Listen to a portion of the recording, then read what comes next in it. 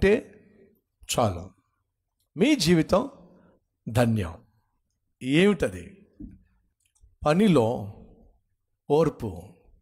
పనిలో ఓర్పు ప్రణాళికను కాపాడుతుంది. మొదటి సమూయేలు గ్రంథము 16వ అధ్యాయము 14వ వచనము. యెహోవా ఆత్మ సౌలును విడిచిపోయిన తరువాత దురాత్మ ఒకటి వచ్చి అతన్ని విరిపింపగా, సౌలు సేవకులు దేవుని యొద్ద నుండి వచ్చి, దురాత్మ ఒకటి నిన్ను విరపించుచున్నది, మా ఏలినవాడువైన నీవు ఆజ్ఞ ఇమ్ము, నీ దాసులమైన మేము సిద్ధముగా ఉన్నాము, సితారా చమత్కారముగా వాయింపగల ఒకరిని విచారించుటకే మాకు సెలవిమ్ము. దేవుని యొద్ద నుండి దురాత్మ వచ్చి నిన్ను పట్టినప్పుడెల్లా అతడు సితారా చేతబట్టుకొని వాయించుట చేత నీవు బాగుపడదు అని అతనితో చెప్పిరి. సౌలు, బాగుగా వాయింపగల ఒకరిని విచారించి నా యొద్దకు తీసుకురండి అని చెప్పగా, చిత్తగించుము, బెత్లెహేమీయుడైన యెషయి యొక్క కుమారులలో ఒకరిని చూచితిమి, అతడు చమత్కారముగా వాయింపగలడు, అతడు బహు శూరుడు, యుద్ధశాలి, మాట నెరపరి, రూపసి అయిన ఉన్నాడు, మరియు యెహోవా వానికి తోడై ఉన్నాడు అనగా, సౌలు యెషయి యొద్దకు దూతలను పంపి, గొర్రెల యొద్దనున్న నీ కుమారుడైన దావీదు నా యొద్దకు పంపు అనెను. 21. దావీదు సౌలు దగ్గరకు వచ్చి అతని ఎదుట నిలువబడగా, అతని యందు సౌలునకు బహు ఇష్టము పుట్టెను గనుక అతడు సౌలు ఆయుధములను మోయువాడు ఆయను. పనిలో ఓర్పు. దయచేసి గమనించండి. మీరు పని చేస్తున్నారా అంటే అర్థం ఏమిటండి? ఉద్యోగం చేస్తున్నారా, కంపెనీలో పనిచేస్తున్నారా, ఇంటిలో పనిచేస్తున్నారా? అయితే వినండి. మీరు పనిచేస్తున్నప్పుడు ఖచ్చితంగా మీకు కావలసిన ఒక విలువైన లక్షణం ఏమిటంటే ఓర్పు. ఎందుకని? మీరు పనిచేస్తున్నప్పుడు మీరు ఆశించినట్టుగా అన్నీ జరగవు. ఉద్యోగం చేస్తున్న సహోదరి సహోదరుడా, నీ జీవితంలో అన్నీ నువ్వు అనుకున్నట్టుగా జరగవు. అలాగే చక్కగా ఇల్లాలి ధర్మాన్ని నిర్వర్తిస్తున్నప్పుడు, ఇంటి పని వంట పని చేస్తూ బిడ్డలను పెంచే పనిని బాధ్యతగా నువ్వు నిర్వర్తిస్తున్నప్పుడు అన్నీ సక్రమముగా సకాలంలో జరగవు. మన జీవితంలో అనుకోనటువంటి సంఘటనలు చోటు చేసుకుంటాయి. ఎత్తు పల్లాలు అనేవి సహజం. దయచేసి గమనించండి. 12 గంటలు మనం చక్కని వెలుతురును చూస్తాం, ఆ తర్వాత వెలుతురు మాయమైపోతుంది, చీకటి వచ్చేస్తుంది. చీకటిలో కూడా దేవుడు అద్భుతమైనటువంటి సృష్టిని దాచిపెట్టాడు. దయచేసి గమనించండి. చీకటి పడకుండా దేవుడు దాచిపెట్టిన నక్షత్రం కానీ, దేవుడు దాచిపెట్టిన చంద్రుడు కానీ కనిపించరు. అలాగే మన జీవితంలో కొన్నిసార్లు దేవుడు చీకటిని అనుమతిస్తాడు. కారణం ఏమిటంటే, ఆ చీకటిలో దేవుడు నీకోసం దాచిపెట్టినటువంటి విలువైన వాటిని నువ్వు చూడాలని, గుర్తించాలని, గ్రహించాలని. ఈ విషయాన్ని మర్చిపోకండి. కాబట్టి చీకటి ఆవరించినప్పుడు భయపడాల్సిన అవసరం లేదు. ఎందుకంటే చీకటిలో, ఉదాహరణ, చీకటి ఆవరించినప్పుడు చంద్రుడు భయపడ్డు, నక్షత్రాలు భయపడరు. కారణం ఏమిటంటే చీకటే వారిని ప్రకాశింపచేస్తుంది. అలాగే ఆత్మీయ జీవితంలో కూడా నువ్వు నేను దేవుని బిడ్డలమైనట్లయితే బైబిల్ సెలవిస్తుంది, నక్షత్రముల వలె మనం జీవిస్తాం. నక్షత్రాలు చీకటికి భయపడవు. కారణం ఏమిటంటే చీకటే నక్షత్రాల యొక్క ప్రకాశాన్ని కనపరుస్తూ ఉంటాయి. అలాగే మన జీవితంలో కూడా చీకటి గడియలు వచ్చినప్పుడు మన జీవితంలో ఉన్నటువంటి విలువైన విశ్వాసం, మన జీవితంలో ఉన్నటువంటి దేవుని పట్ల నమ్మకం చీకటి గడియ మనకు తెలియచేస్తుంది, దానిని బయటికి తీసుకొస్తుంది. గాఢాంధకారపు లోయలలో నేను సంచరించినప్పుడు దేనికి భయపడను అన్నాడు. కారణం ఏమిటంటే తనకు తెలుసు, గాఢాంధకారపు లోయలలో నేను సంచరిస్తున్నప్పుడు దేవుడు నాకు తోడుగా ఉంటాడు, అది ఒక నూతన అనుభవాన్ని నాకు తెలియచేస్తుంది అనే విషయం. ఉద్యోగం కావచ్చు, కంపెనీలో పనిచేయటం కావచ్చు, హాస్పిటల్లో పనిచేయటం కావచ్చు, స్కూల్లో కాలేజీలో పనిచేయటం కావచ్చు, ఒక ఇంట్లో పనిచేయటం కావచ్చు. ఈ పని చేస్తున్న వేళల్లో ఎత్తుపల్లాలు ఉంటాయి, ఆటుపోటులు ఉంటాయి, అపజయాలు ఉంటాయి, అవమానాలు ఉంటాయి. జాగ్రత్తగా గమనిద్దాం. గొర్రెలను కాచుకుంటున్నటువంటి ఈ దావీదు చక్కగా చమత్కారంగా సితారా వాయించగలడు, చక్కగా పాటలు పాడగలడు, యుద్ధశాలి, అందగాడు, అద్భుతమైన తలాంతులు కలవాడు. సౌలుకు దురాత్మ పట్టినప్పుడు దావీదు సితారా వాయిస్తే ఆ దురాత్మ పారిపోవడం జరిగేది. కాబట్టి సౌలుకు దావీదు పట్ల ఇష్టం కలిగింది, ఉద్యోగం ఇచ్చాడు. ఏమిటి ఆ ఉద్యోగం అంటే, దావీదు నువ్వు నాకు నచ్చావు, నీకు ఉద్యోగం ఇస్తున్నా. ఏమిటయ్యా ఉద్యోగం? ఏమిటా ఉద్యోగం? నా ఆయుధములు మోసే ఉద్యోగాన్ని నీకు ఇస్తున్నా. ఒక జాబ్ దొరికింది. నిన్నటిదాకా తనకున్న జాబ్ ఏమిటంటే ఎండనక వాననక చల్లనక ఎడారిలో పడి గొర్రెలు మేపుకునేటటువంటి ఉద్యోగం. ఇప్పుడు రాజు దగ్గర రాజు యుద్ధ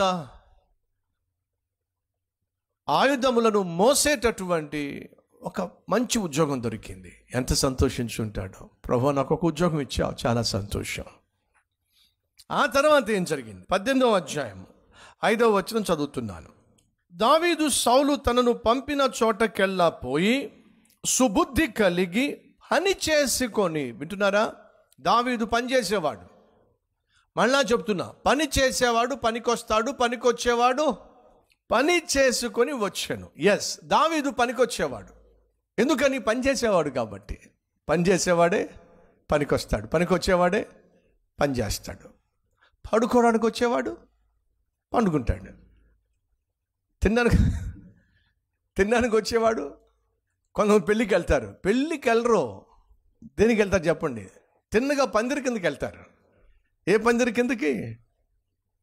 అంతే, అక్కడికి వెళ్ళడం, మొత్తం ఖాళీ చేయడం, మళ్ళీ బయటకు వచ్చేయడం. సహోదరి సహోదరులు, సుబుద్ధి కలిగి తనను ఎక్కడికి పంపిస్తే అక్కడికి వెళ్ళి పని చేసుకుని వచ్చాను గనుక సౌలు యోధుల మీద అతనిని నియమించెను. యుద్ధం చేసేవారందరిపైన దావీదును అధికారిగా చేసేశాడు. నిన్నటి దినాన దావీదు కేవలం ఆయుధాలు మోసేవాడు. మరి ఈరోజు దావీదు ఉన్న సైన్యము అంతటి పైన అధికారి. ఎంత అద్భుతమైన ప్రమోషన్ అండి. చాలా సంతోషించుంటాడు. ప్రభువా, మొన్నేమో గొర్రెల కాపరిని, నిన్నేమో రాజు ఆయుధాలు మోసేవాడిని, ఈరోజేమో యోధులందరిపైన, సైన్యం అంతటి పైన నన్ను అధికారిని చేశావు. నాయనా, నీకు వందనాలు, స్తోత్రాలయ్యా. తను ఊహించిన దానికంటే, తను తలంచిన దానికంటే ఉన్నతమైన స్థితికి, స్థాయికి దావీదు చేరిపోయాడు. ఎవరైనా ఉన్నారు ఈరోజు మన మధ్య? అయ్యా, నేను ఈరోజు కలిగి ఉన్న పోస్టు నా తోటి వారి కంటే మంచి పోస్ట్ నాకు వచ్చింది. కొన్నిసార్లు ఈ మాట వింటూ ఉంటాం. నాతో పాటు ఎగ్జామ్ రాసిన వాళ్ళకి రాలేదు కానీ నాకు మాత్రం ఉద్యోగం వచ్చింది. నా రూమ్మేట్స్కి ఉద్యోగం రాలేదు, నాకు మాత్రం ఉద్యోగం వచ్చింది. నా చుట్టూ ఉన్న వాళ్లకు, నాకంటే మంచి వాళ్ళకు ప్రమోషన్ రాలా, నాకు ప్రమోషన్ వచ్చింది. మా వంశంలో ఎవరు కూడా నేను కట్టుకున్నంత మంచి బిల్డింగ్ కానీ మంచి ఇల్లు ఎవరు కట్టుకోలే. కట్టుకునే శక్తి దేవుడు నాకు ఇచ్చాడు. ఇలా మన జీవితంలో మనతో ఉన్నవారి కంటే మనం ఈరోజు అటు ఆత్మీయంగా కావచ్చు, ఆర్థికంగా కావచ్చు, అధికారంలో కావచ్చు, అద్భుతమైన స్థితిలో ఉన్నట్లయితే అది అక్కడ నేను పెట్టింది దేవుడే. ఈ విషయాన్ని మర్చిపోకండి. కానీ నువ్వు హెచ్చించబడుతున్నప్పుడు పక్కన ఒకడు ఉంటాడు ఎప్పుడు కూడా, ఎవడు తోసేసేవాడు. నువ్వు దీవించబడుతున్నప్పుడు నీ దీవెనలను నువ్వు అనుభవించకుండా చేసేవాడు ఒకడు ఉంటాడు. వాడి పని ఏమిటయ్యా అంటే నిన్ను తోసేయటం, నిన్ను అణిచివేయటం. అది ఎప్పుడు జరుగుతూనే ఉంటుంది. దయచేసి గమనించండి. దావీదు సైన్యానికి, సైనికులందరి పైన హి వాస్ ఎ కమాండర్. అంత ఉన్నతమైన స్థితికి చేరాడు. జరిగింది ఏమిటి? ఫిలిష్తీయుని చంపేశాడు, పట్టణంలో అడుగు పెట్టాడు, ఊరువాడ వీధుల్లోకి వచ్చేశారు. దావీదే కదా ఈరోజు ఫిలిష్తీయుని చంపించి మనం అందరం బానిసలం కాకుండా కాపాడింది అని చెప్పి అందరూ కూడా ఎంతో సంతోషంగా పాటలు పాడుతున్నారు. ఏమిటా పాట అంటే, సౌలు 1000 కొలిదిగాను, దావీదు 10,000 కొలిదిగాను శత్రువును సంహరించనోహో అని పాడుతూ ఉంటే సౌలు జాగ్రత్తగా, ఏం పాడుతున్నారు వాళ్ళు? సౌలు 1000 కొలిదిగాను, దావీదు 10,000 కొలిదిగాను శత్రువులను సంహరించెనో అని పాడుతూ ఉంటే పక్కనే ఉన్న దావీదును చూశాడు. అంతేనండి. ఆ చూపు మామూలు చూపు కాదు. బైబిల్లో చూద్దానండి. 9వ వచనం, 18వ అధ్యాయము 9వ వచనం, 7-8 వచనాలు కూడా. ఆ స్త్రీలు గాన ప్రతిగానములు చేయుచు వాయించుచు సౌలు 1000 కొలిదియు, దావీదు 10,000 కొలిదియు శత్రువులను హతము చేసిరి. ఆ మాటలు సౌలుకు ఇంపుగా ఉండనందున అతడు బహు కోపము తెచ్చుకొని, వారు దావీదునకు 10,000 కొలిది అనియు, నాకు 1000 కొలది అనియు స్తుతులు పాడిరే. రాజ్యము తప్ప మరి ఏమి అతడు తీసుకొనగలడు అనుకొనెను. కాబట్టి నాట నుండి సౌలు దావీదు మీద విషపు చూపు నిలిపెను. ప్రమోషన్ ఇచ్చిన వాడే, ప్రమోట్ చేసిన వాడే విషపు చూపు. ఉన్నారు ఈరోజు. ఏమిటో మా బాస్ అండి ఒకప్పుడు చాలా బాగుండేవాడండి, మా మేనేజర్ ఒకప్పుడు చాలా బాగుండేవాడండి, మా టీం లీడర్ ఒకప్పుడు చాలా బాగుండేవాడండి. ఏ ఇంట్లో పనిచేస్తున్నానా ఇంటి యజమానురాలు ఒకప్పుడు చాలా బాగుండేవాళ్ళు, చాలా ప్రేమగా పలకరించేవారండి. కానీ ఏమిటో సడన్గా మార్పు వచ్చేసింది. అస్తమాను చిరాకు పడుతుంది, అస్తమాను కోపడుతుంది, అస్తమాను కారణం లేకుండా నన్ను తిట్టేస్తూ ఉంటున్నారు. వాళ్ళ ప్రవర్తన చూస్తూ ఉంటే, వాళ్ళ మాట తీరు చూస్తూ ఉంటే నాకు ఎందుకు డౌట్గా ఉంది. ఏమిటి ఆ డౌట్? ఉద్యోగం తీసేస్తారేమో డౌట్గా ఉంది. ఎస్, దావీదుకి అదే డౌట్ వచ్చింది. సౌలును చూస్తున్నప్పుడు, సౌలు వాటకాన్ని చూస్తున్నప్పుడు, సౌలు యొక్క చూసేటటువంటి వాలకాన్ని చూస్తున్నప్పుడు డౌట్ వచ్చేసింది. ఏదో తేడాగా ఉంది. ఏం జరిగింది రండి చూద్దాం. 11వ వచనం. ఒకప్పుడు సౌలు చేతిలో ఒక ఈటె ఉండెను. దావీదును పొడిచి గోడకు బిగించుతాను అనుకొని సౌలు ఆ ఈటెను విసిరెను. అయితే అది తగలకుండా దావీదు 2 మార్లు తప్పించుకొనెను. యెహోవా తనను విడిచి దావీదునకు తోడే ఉండుట చూచి సౌలు దావీదునకు భయపడెను. కాబట్టి సౌలు తన యొద్ద నుండనీయక సహస్రాధిపతిగా చేసెను. 18వ అధ్యాయము 5వ వచనము. దావీదు సౌలు తనను పంపిన చోటకెళ్ళను పోయి సుబుద్ధి కలిగి పని చేసుకుని వచ్చెను గనుక సౌలు యోధుల మీద అతనిని నియమించెను. ప్రమోషన్ ఇచ్చాడు, ఉన్నత స్థాయికి చేర్చాడు, చాలా సంతోషం. కానీ ఇప్పుడు ఏం చేశాడో తెలుసా? ఆ ప్రమోషన్ ఇచ్చినటువంటి సౌలు విషపు చూపు కలిగి దావీదును డిఫేమ్ చేయటం మొదలుపెట్టాడు.